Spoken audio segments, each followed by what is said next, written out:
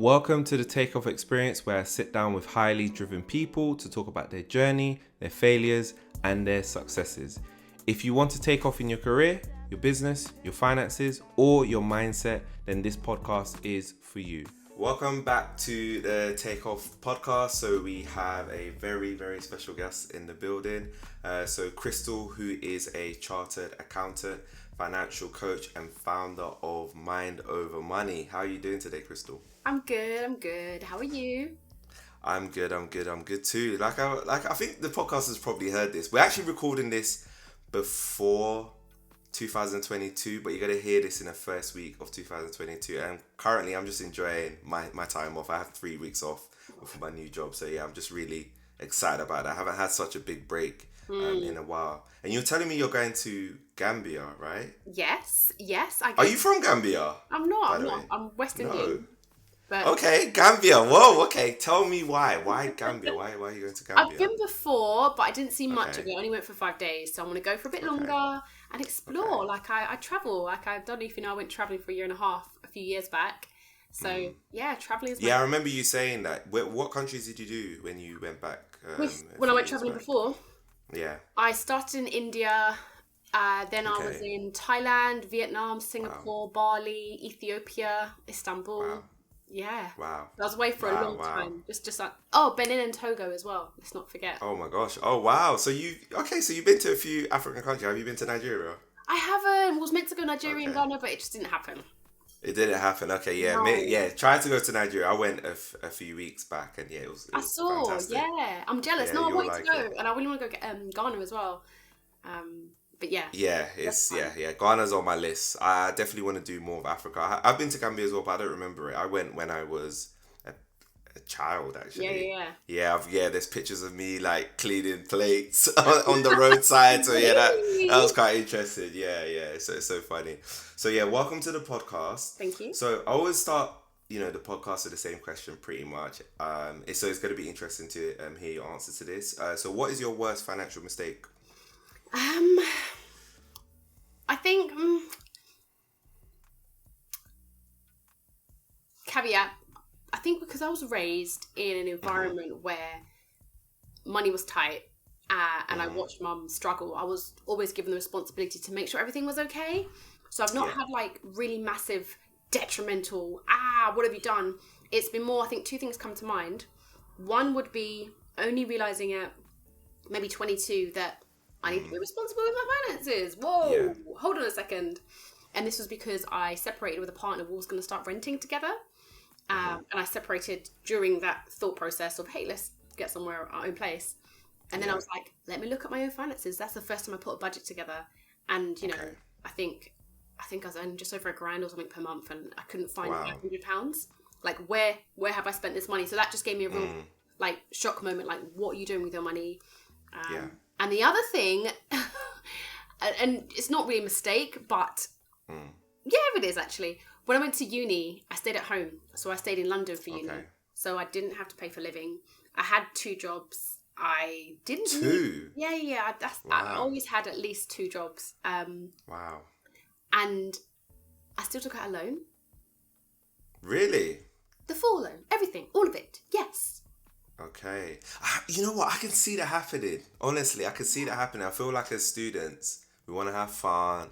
We want to go out. And that's probably like our first lesson of like being responsible, financially responsible. It's not like you get taught how to... No.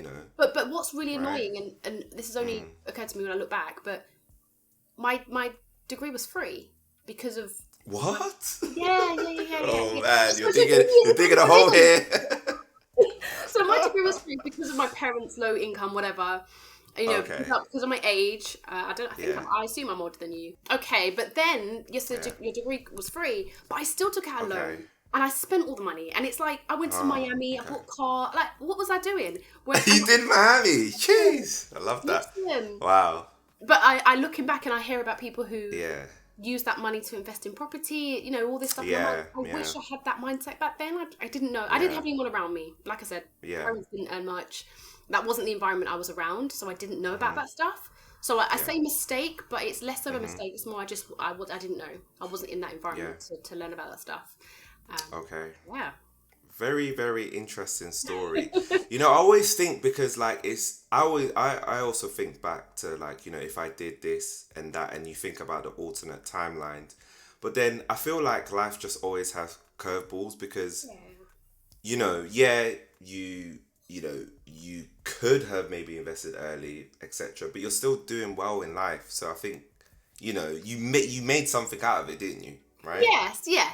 Eventually, so sure. And I think this is part of the reason why I'm in this space, like yeah, the benefits of people learning sooner rather than later, or even when they're adults, whatever. It just getting the information out there and getting the education out there so people can make better decisions. Yeah. Yeah. I completely understand that.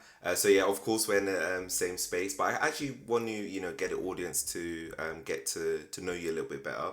So can you give us an insight into the day in life of Krystle? Yeah. I think if you speak to anyone who knows me, they'll be like, Krystle, you need to stop doing all the things you're doing. You're doing too much. So the day in the life. So as you know, at the moment I am at uni. So Yeah. a lot of my time right this moment is spent reading massive, I don't know if I can swear, but I'll hold it back, textbooks, doing coding. So, waking up early, trying to get to the gym, start my day, jump out of bed, all that good stuff. And just working through study. I didn't realize how much coding was required for my course, but it is. And it's a bit like, I compare it to buying property. The highs and lows, to buy a property, you have to be somewhat emotionally invested. To say, I'm going to spend this money on this. Yes, this is the one I'm going to put an offer in. Yes, and I've been gazumped before, and the negative side of that. So coding is a bit like that. Like, I get excited, I figured it out, and then it's like I want to throw the computer out the window. Like, this is just there. So part of it is doing this hard stuff. I am still doing my business, of course. I have two main ones, so the consultancy and the mentoring, so coaching, mentoring. So whether it's talking to while you're doing a master's. I know, and this is and I haven't finished. I mean, so, you only just started like a few months ago. Well, so talking to new clients, coaching, helping people with their businesses. So, in optimizing profits, basically reducing expenses, increasing profits, identifying new ways of generating revenue, blah, blah, blah. And mind over money, obviously doing things there. So that's like workshops or partnering with organizations. I'm also a charity trustee for two at the moment. Two charities. So working with them, obviously a treasurer. So I help them with the financial side. I think that's everything. Wow. How do you handle it? How do you manage this? And, if that works for you, because everybody has different schedules. Like, we're saying, Elon Musk works on 3-4 companies and he's doing it, and he's been doing it for a long time. So if you're able to manage it, like how do you manage it yourself? I don't know if I should continue making this comparison, but I love American Psycho. Have you? Okay. I think I've watched it. Yeah, I've watched it. Yeah. I love the film. I love his rigidness and his like clockwork. That really gets me excited. So that's how I live my life. Like my diary, my Google diary just is. Yeah, if it's not in my diary, I'm not there. Not because I don't want to be, but it just if it's not there, I purposely don't retain a lot of stuff. So if I've agreed to do something, I diary in when to do the work, when I'm going to focus my energy on that work, and I don't let it linger in my mind and take up space outside of that. Interesting. So that allows me to, I guess, do so many things because I'm very good at compartmentalizing. And I think when I started uni in October just gone, it was Black History Month. So I was invited to, I think there's about at least 7 different events whilst I was starting uni, which was a really stupid mistake. So anybody starting something like uni, do not agree to do all that. I didn't know my timetable. So that was a bit of a shaky start. But since then, it's just been really strict with this day is for that day is for that. Wow, I like that. Yeah, but so discipline. Discipline is key. Yeah. Have you always had that discipline? Yes. You have? Okay. I have, and I think it comes back to, and just I'm sure we're going to talk about the behaviour stuff, but a lot of it comes down to your parents and how you were raised and the environment you was raised in. And I guess because I was given that responsibility quite early on, and for the reasons why I had to be responsible, I've grown and developed into, I have to be quite rigid in certain areas. Okay. Wow. I like this. This is great. This is great so far. And as you said, we'll touch on it a little bit later. So I'm actually just talking about your degree. So it sounds like you're doing some sort of technology degree. You said coding. Yeah, so it's called Behavioural and Economic Science. Okay. So the science and that involves side, coding, yeah. So the science side. So if I kind of give you a snapshot, it's a lot of what we look at is understanding why people make the decisions they make, and we understand that through research and carrying out experiments. So the data we collect, it needs to be analysed, and that's done through coding on some kind of program. Whether it's I use R or MATLAB, and it's literally coding up what you want the computer to do, how you want it to do it, and then interpreting those results, and then what that means about our behaviours, basically. Okay. Wow. Yeah. Okay. So that sounds good. Wow. Huh. Good luck. I mean, thank you. Good luck. Good luck. I hope you get a distinction in your masters. Is it a 2-year, 1 year? No, because I think I'm some kind of superwoman. I'm doing it in 1 year. Wow. Okay. It's very intense. Yes. Very, very intense. But as you said, you got your schedule, so I'm sure you know what you're getting yourself into. So touching into mind over money. So I want to delve deeper into that. So where did inspiration come from for starting it?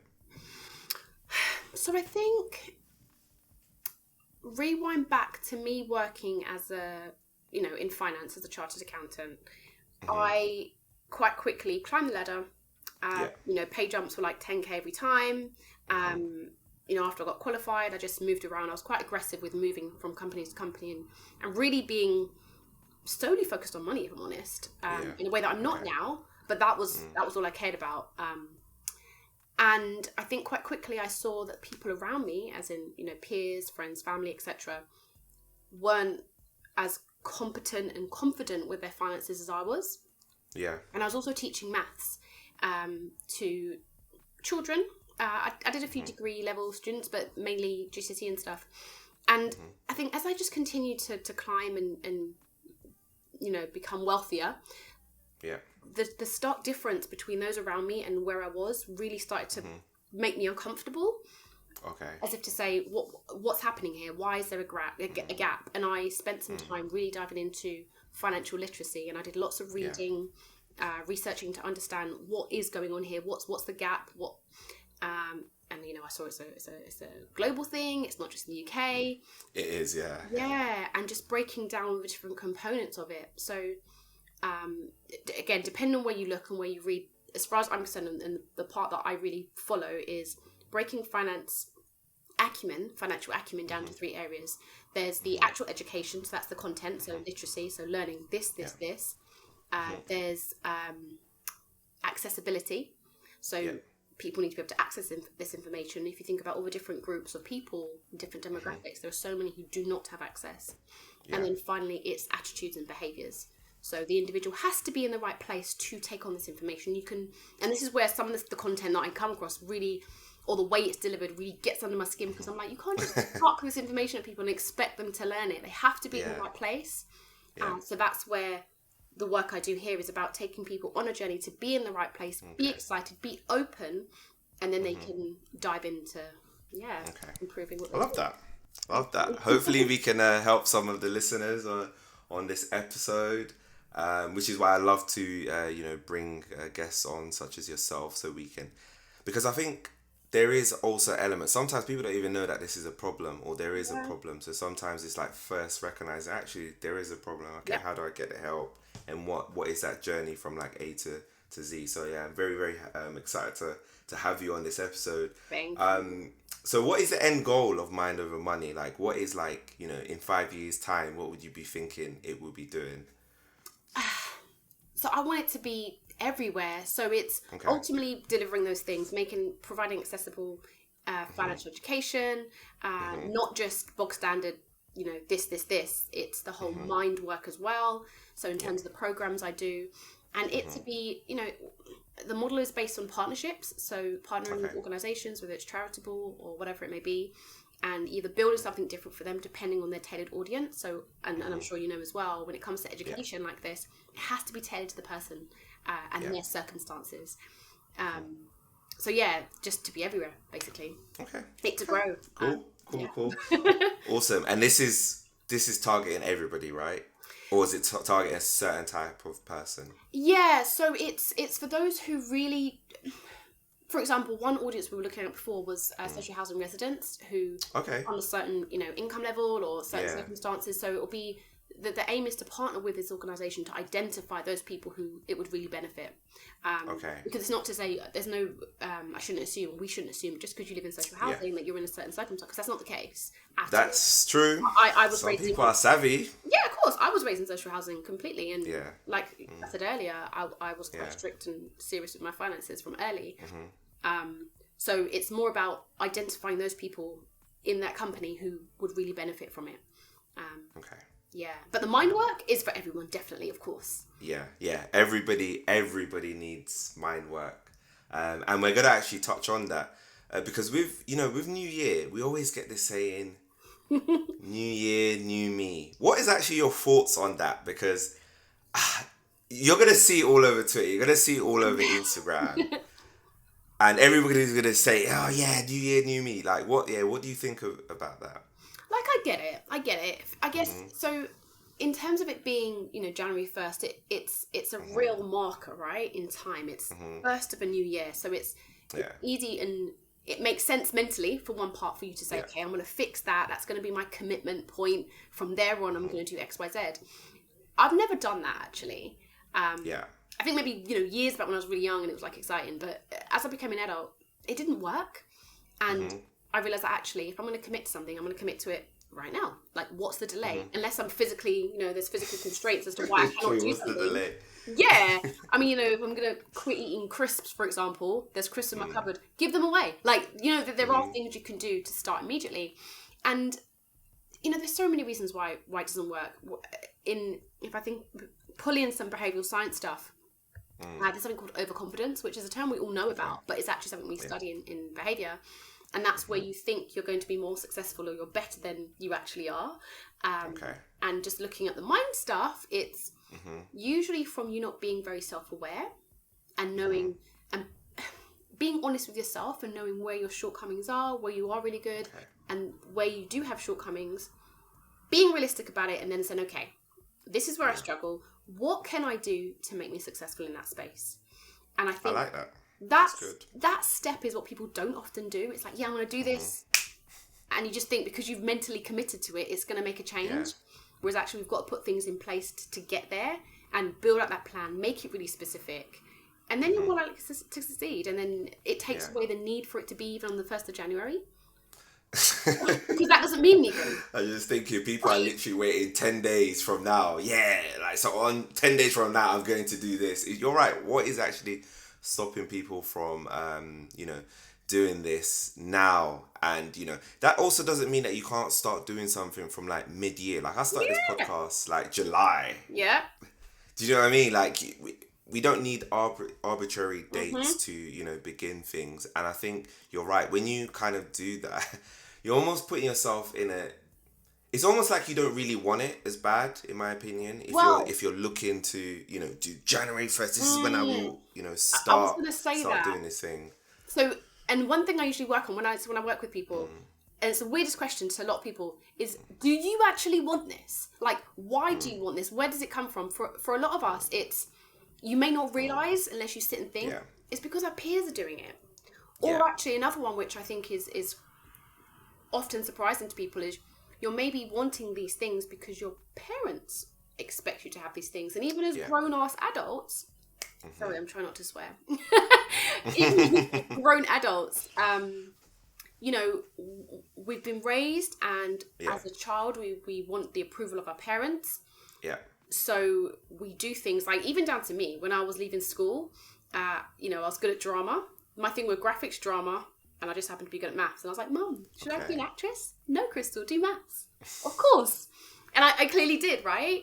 And it's only when you become an adult and start to reflect on yourself and really learn who you are and what's really important to you that you may even identify that, okay, me wanting this thing is not from inside. It's from the expectations of all those people. So when you're saying actually, it makes you question, do people actually want this? Because for some things, they don't. Yeah. And they haven't sat with themselves to see, okay, what do I actually want? And then, you know, go down that path.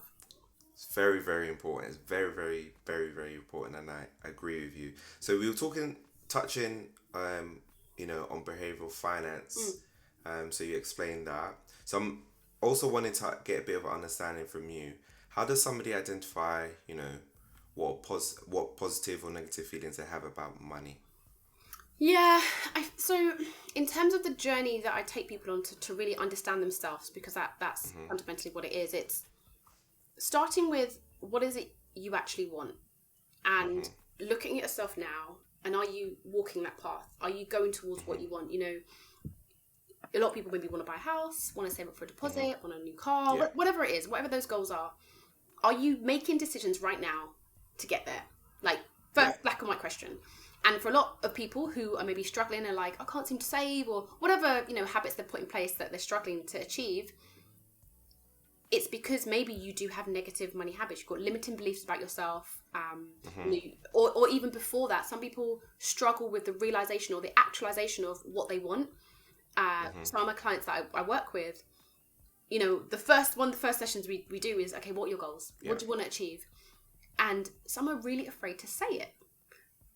Actually articulate what those goals are. Really? Yeah, because if you think about some people who've lived in a condition or an environment where their peers are not really achieving much, everyone's kind of living, spending all the money they get and spending it all on looking good, and actually I would love to have my own house, or I'd love to have several properties, or whatever it is, I'd love to have my own business. But if your peers aren't in that same space, you saying that is going to be weird. People might you. So when I get them on the call and get them to articulate that, and, you know, I've had some people where I've actually said, okay, how about I go first? And I say it, I allow myself to be vulnerable and show them it's okay and it's safe. And then they can, and then they can start working through the steps to get there. So it's when you do things like that, if you find yourself struggling to say those things, you may have some kind of limiting beliefs. Or if what you want, you're not walking that path because to get there, you've got to do X, Y, Z, whatever it is. And you're spending all your money, you're not saving, you're not investing, then there's something going on there that needs to be worked on. Yeah, I completely agree. And you know what's funny, right? As you're saying that, I found, even though I feel like I'm doing well in life, there are sometimes I still have limiting beliefs. There's sometimes like I'll think something and I feel like I can't do that. And then I say to myself, wait, hold on, why are you saying you can't do that? Why can't you do that? Yeah. Right? So it's like a constant battle that you have to you know, fight all the time. I think the whole concept of starting a conversation or thinking first that you can't do something, it's definitely I don't feel like it's really helpful. It's a right path to take. Of course it takes time to help, but I think that's definitely like, you know, some of the root of those issues.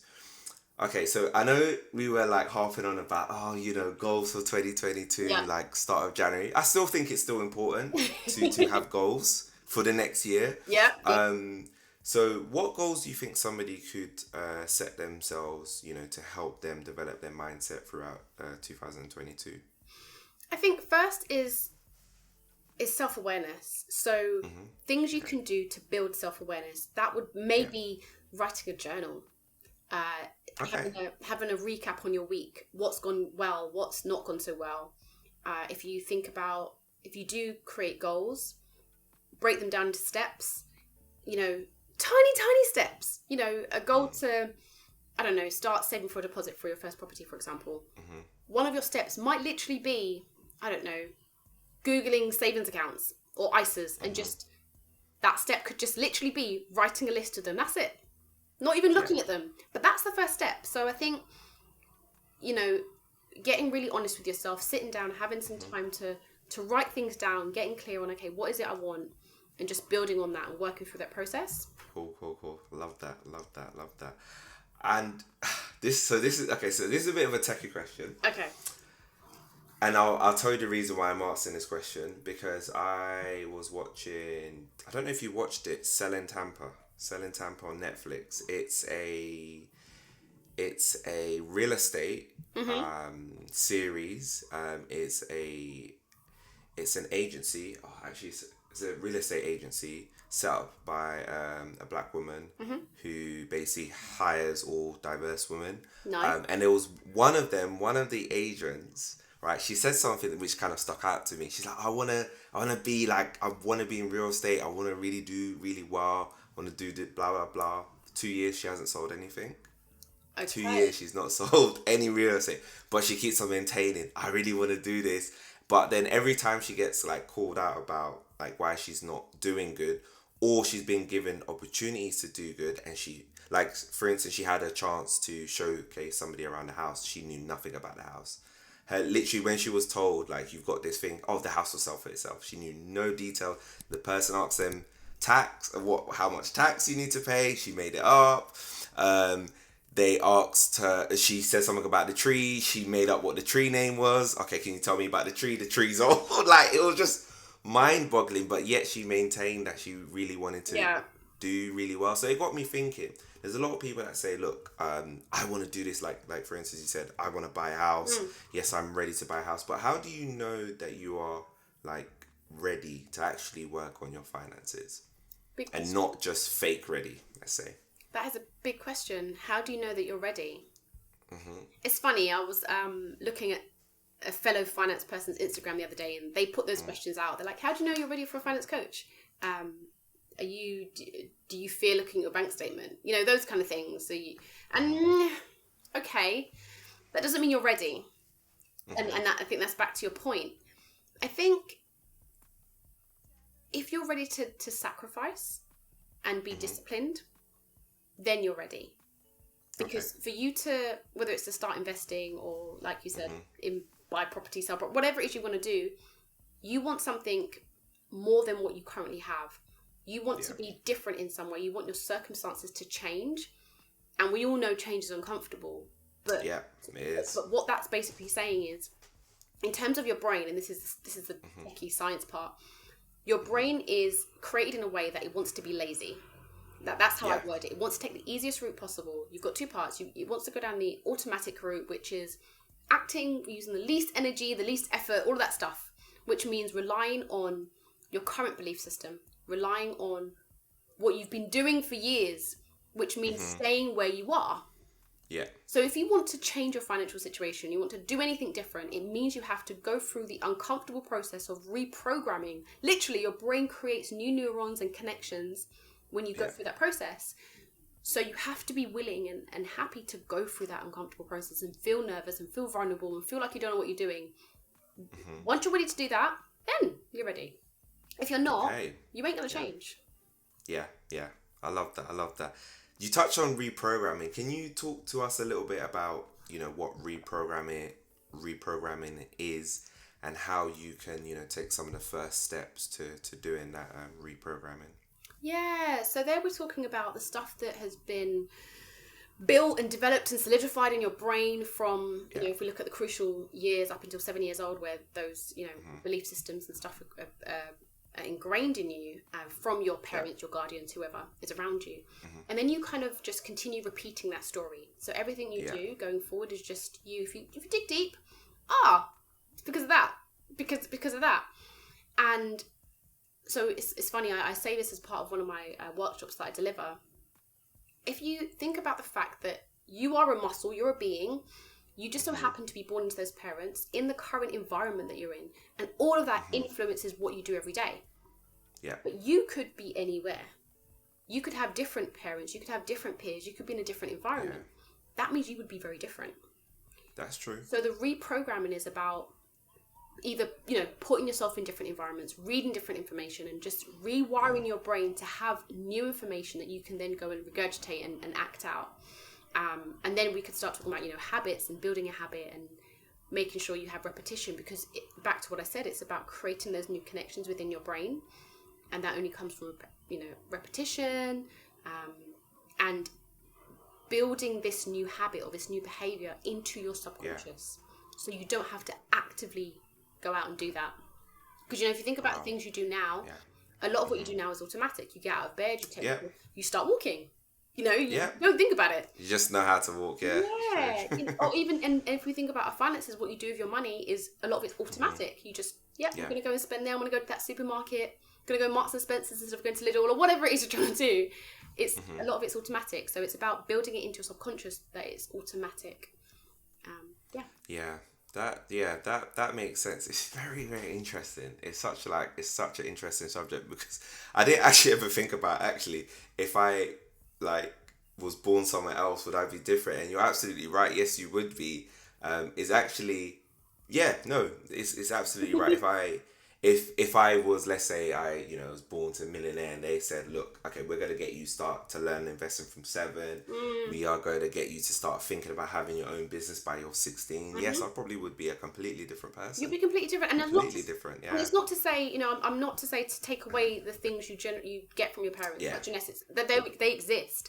But if you think about, if we just strip away all the other stuff, but just think about who you're around, and if you think about who you're around right now, your peers, if you was around only millionaires who took risks and was exposing you to this type of business or, opportunities, you can then make a different decision. And as well, you're going to see what they're doing. They're your peers. You're going to want to connect and fit in. You're going to be more likely to do what they're doing. And there's so much more, and I could sit here and talk for hours, but yeah, totally. Your environment and stuff.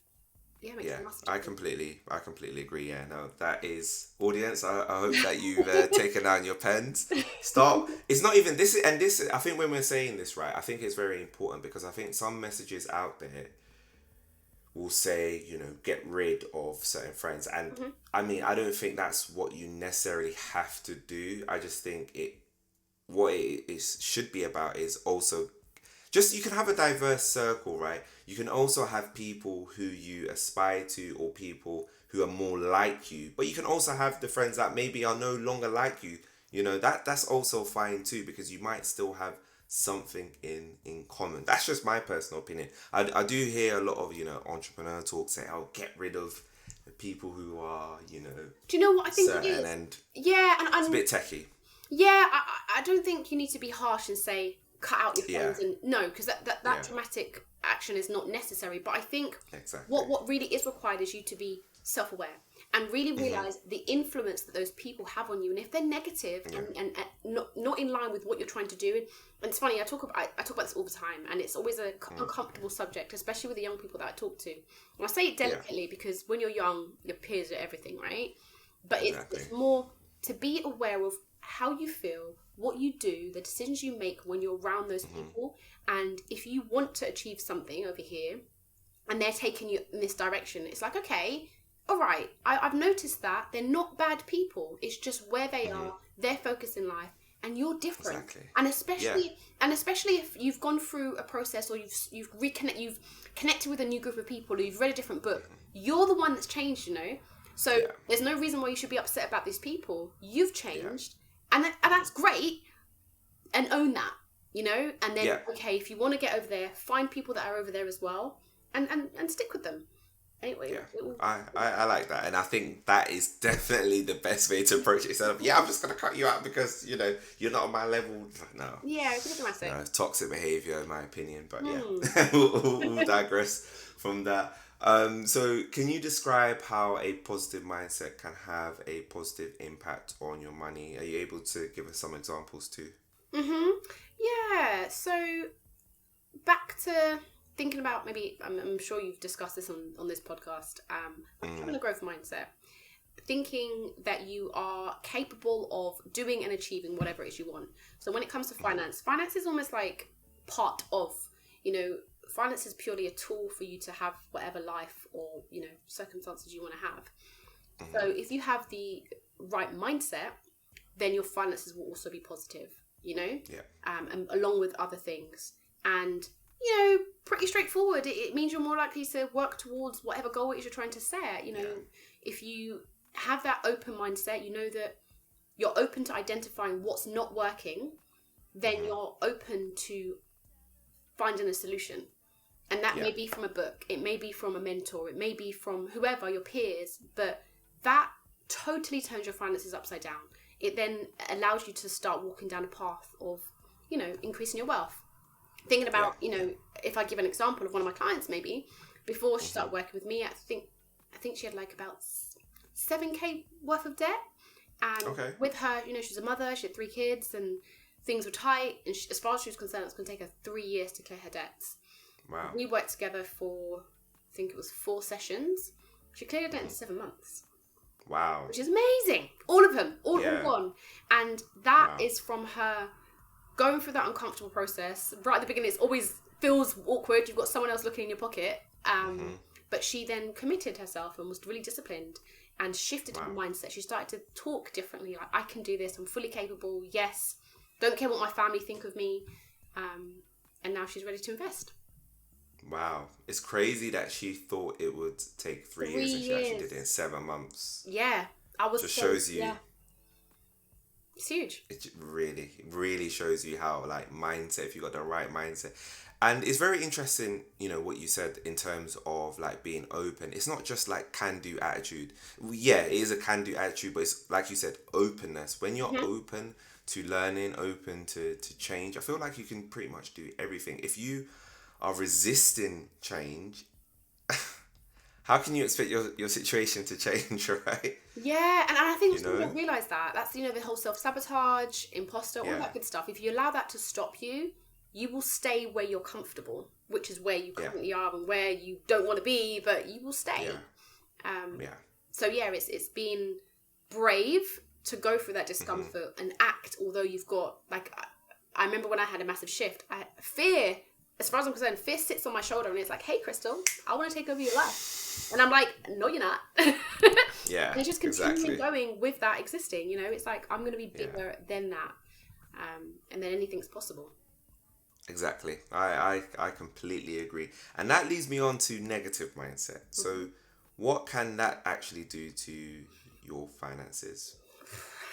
How long's a piece of string? I mean, the opposite of everything we've spoken about, but also down to, think about health. A lot of people suffer mentally, you know, stress levels, it causes illness. You know, yes, it does. Yeah, damage to your digestive system. All of it. It literally has a direct correlation to that stuff. Yeah. And then, you know, if we take it bigger, your family, you know, your children, it can spiral easily. And that's if you're hiding, you know, embarrassed, allowing fear to take over. You know, if you're not looking at your bank account and you're afraid to look at your bank account for months and months and months, you know, what damage are you doing? Thinking about your credit score. There's so much. There is a lot, you know, and it's very important that you mention the people side, because it can make you act differently towards people, you know. And it's interesting, right? Because it starts off with your mindset, that then leads into you not managing your money well, and then that then leads into you acting out on people, and then it just keeps on spiraling, you know, around. And it's definitely not where you sort of want to be just for the simple fact of just addressing an issue. Why do you feel like people are just, like, scared to address an issue, not able to face it? Like, because like you mentioned, you know, one of your clients, when you said, okay, what was your financial goals, they were scared of being judged by other people. Why do you think people are worried about tackling the issues? I think if we stick with the people side for the minute, one, we're not taught about this anywhere. You know, banks have these initiatives now where they're trying to do stuff. You know, I don't want to slate what the banks are doing, you know, well done, but not very good. Or even when it is taught in schools, as they're trying to do, the teachers aren't trained, qualified, they don't know what they're talking about, and they're not confident, and they've said, we're not confident teaching this stuff, we don't know what we're talking about. So people aren't taught about this anywhere. Then you've got, so no one's spoken about it, but it's such an important part of your life. It pays for you to, you need money to eat, to live, to have shelter, to fit in with your peers, because your social status, which depends on your money and how much money you have to buy certain clothing, cars, shoes, then impacts how you feel, you know, etc., etc. So there is so much in this, you know, in money that makes it emotional. So then people are embarrassed. And, you know, people lie to fit in, and there's so many things woven into why money is taboo. Yeah. And if we think about, you know, work, pay is not disclosed, that there's so much comparison, people make judgments based on how much money you have or what you're doing. That's true. So to talk about money is always going to be uncomfortable.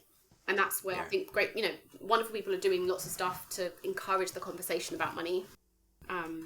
Because it's a good thing. then educate and teach people, and they can spread the word. And that's one thing is really woven into Mind Over Money, what we're doing there. And from the work I've done, I've seen once you teach one person, then they tell their friends, and it creates this lovely ripple effect. And it just helps spread the word about, hey, talk about money. Hey, did you know you could do this? And it only have a positive effect. It's very important. It's very important to open a conversation. And I think it's, it's important work that you're doing.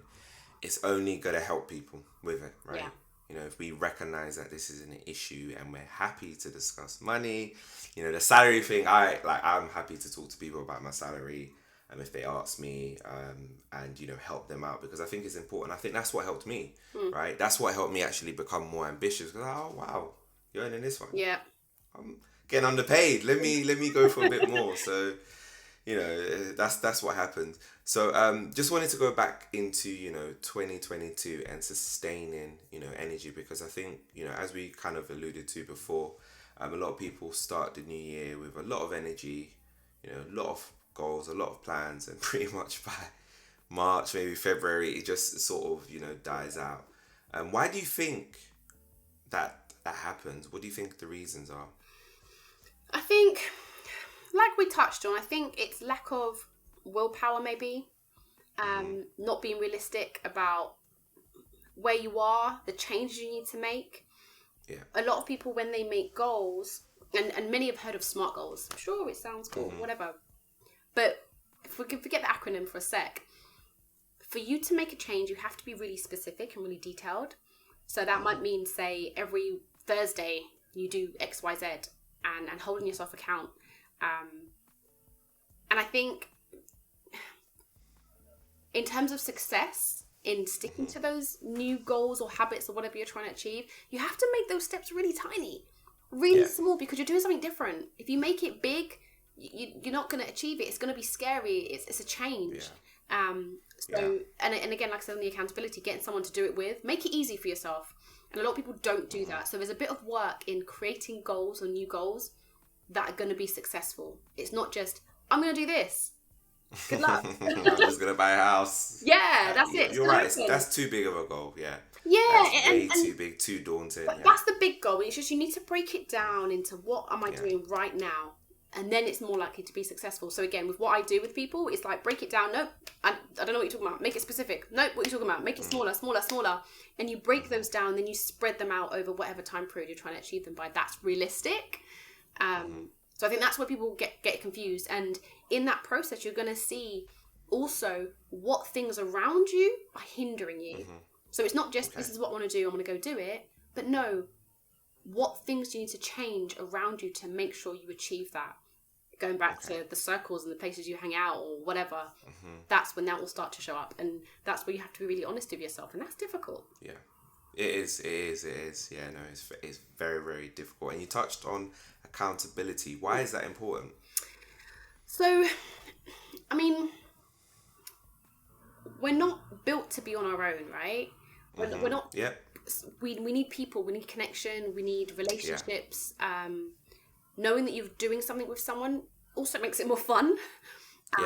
And it's knowing that someone is there looking at you and checking in almost on, okay, you said you're going to do this. Have you done it? Are you doing it? Yeah. And you don't want to let yourself down. You don't want to look like you're unsuccessful. So it just provides that extra layer to hold you account. So I guess that's why kind of coaching, mentoring is very popular, because you've got someone in your corner cheering you on in a positive way. So they're making you feel good, and also they're helping you through the process. Yeah. That makes it more successful. So if it's not a coach or a mentor like myself, then get a friend, but get a serious friend. Yeah. Someone who's not going to bail. Serious friend. Don't just get your friend that you hang with all the time and who's doing the stuff you don't want to do anymore. Get someone, I think you mentioned it earlier, like someone you aspire to, who inspires you, someone at that next level who can help pull you up. There's no shame in that. That's a very good point. That is a very, very good point, because do you feel like with accountability as well, it's a very interesting thing. Do you feel like, because you have your clients, I don't want to say that they're scared of you, because that's not what it is, but do you feel like a hint of fear sometimes keeps people honest and keeps them okay. I need to. Yeah, do you get what I'm saying no, there when I say you're- fear? I don't mean scared of you, scared, but like, okay, I've got that in the diary. I'm gonna have a catch up with Krystle. But I think you're right, and I don't want to use the Yeah. word fear, but there is something Yeah. when people Yeah. they know I've given them something to do. This is when it's due. I want it. Otherwise, you're wasting Yeah. my time, and you're wasting. And I'm back to Christian Bale and America's. I'm not afraid to be. Do the thing. Like, I'm not afraid. So, and I'm very direct. Like, at the end of our sessions, okay, this is what I've told you to do. Just making sure you've got the list. You've got no excuses. I also have a section where this is your task for this week. So there's no reason why you can't do it. And that's required. And also they're paid. So you've spent money on something and it's not cheap. So you want to get the best out of it. So yeah, I think you have to have someone that, not fear, but you look up to. You have respect. You have to respect somebody, and then that they can be in that position. If you don't respect them, you're not going to do what they say. Yeah. So there's no point. That's true. You're not. That's very true. That's very true. So you've heard it here, ladies and gentlemen. great gems dropped by Krystle. Tips. So what about you? What are your goals for 2022? Goals, gosh, I'm in the process of refining them. Because I'm not held to the first, and I'm going to be traveling any second. Yeah. So, Okay, yeah. But so I'll be finishing uni in August.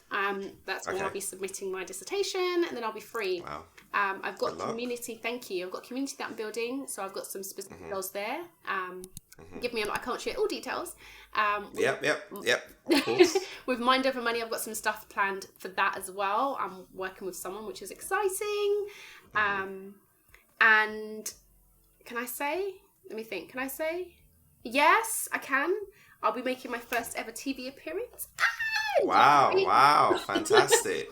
Which is very exciting. Congratulations. Thank you. So, even with that alone, hopefully more of that to come, really. Which will require some of me, me to do some work.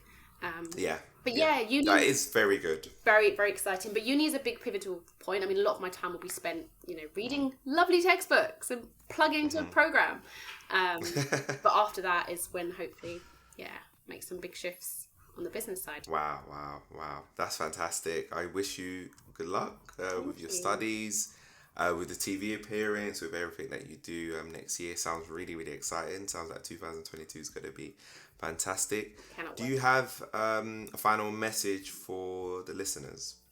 Yeah, I think thinking back to what comes out, and that is very common with the people I work with. It may not apply to everyone, but it's, if you're in a position where you're struggling or you're not sure or you're doubtful, just know that you can.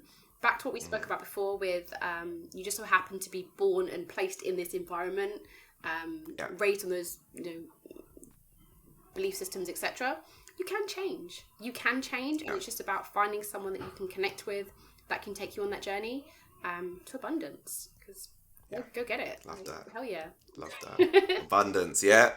And that is the theme of the episode, abundance. I love it. Thank you so much, Krystle, for blessing the podcast. It's been great to have you as a guest on a Takeoff podcast.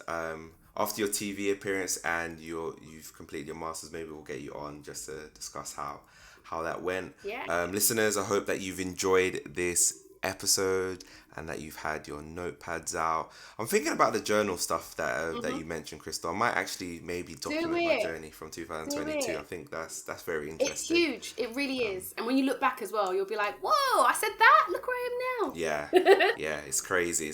I think, I definitely think I've been trying to, but I think I need to actually try to be consistent with it and just try and do it, because I think it's integral actually to how you will progress over the future. I will see what I can do, and I'll let you know, listeners, if I do that. But thanks again for listening to this episode of the Takeoff podcast. It's been great having you. I hope that you have a great 2022, and we'll see you next week. Amazing. Thanks.